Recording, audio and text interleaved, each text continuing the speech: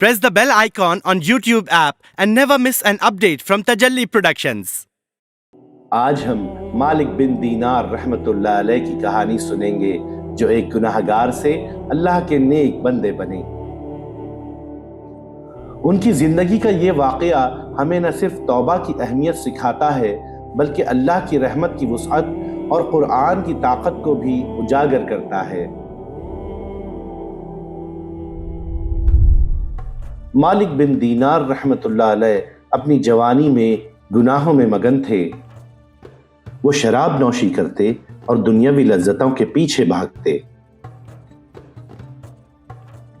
لیکن ان کی زندگی میں ایک روشنی کی کرن تھی، ان کی چھوٹی سی بیٹی جس سے وہ بے پناہ محبت کرتے تھے۔ جب ان کی بیٹی کا انتقال ہوا تو وہ ٹوٹ گئے۔ غم کے باوجود گناہوں کا سلسلہ جاری رہا، لیکن اللہ کو کچھ اور ہی منظور تھا۔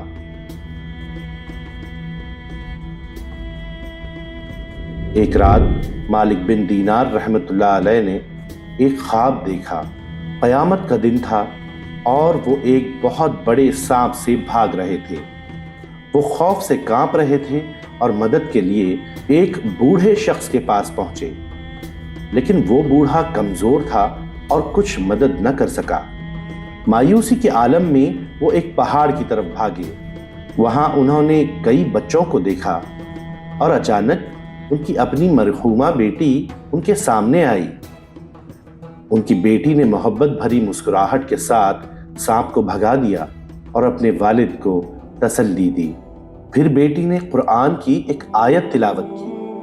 أَلَمْ يَأْنِ لِلَّذِينَ آمَنُوا أَن تَخْشَعَ قُلُوبُهُمْ لِذِكْرِ اللَّهِ۔ کیا ایمان والوں کے لیے وقت نہیں آیا کہ ان کے دل اللہ کے ذکر سے جھک جائیں؟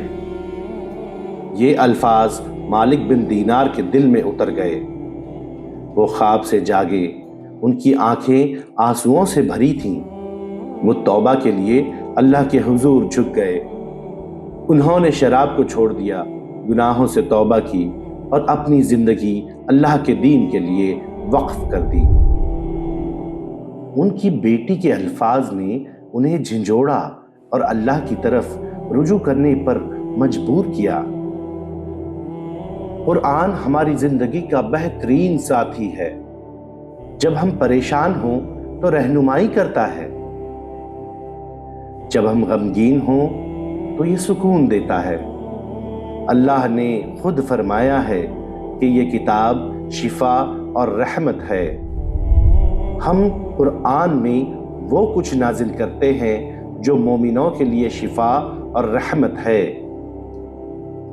حضرت مالک بن دینار رحمتullah علیہ کی کہانی ہمیں بتاتی ہے کہ کوئی بھی گناہگار چاہے وہ کتنا ہی گناہ میں ڈوبا ہو، قرآن کے ذریعے ہدایت پا سکتا ہے۔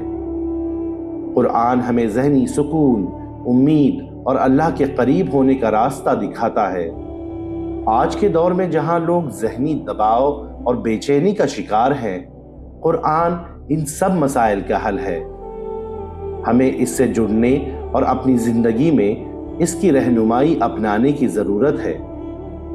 مالک بن دینار رحمتullah علیہ کی زندگی ہمیں سکھاتی ہے کہ توبہ، قرآن اور اللہ کی طرف رجوع ہی اصل کامیابی ہے۔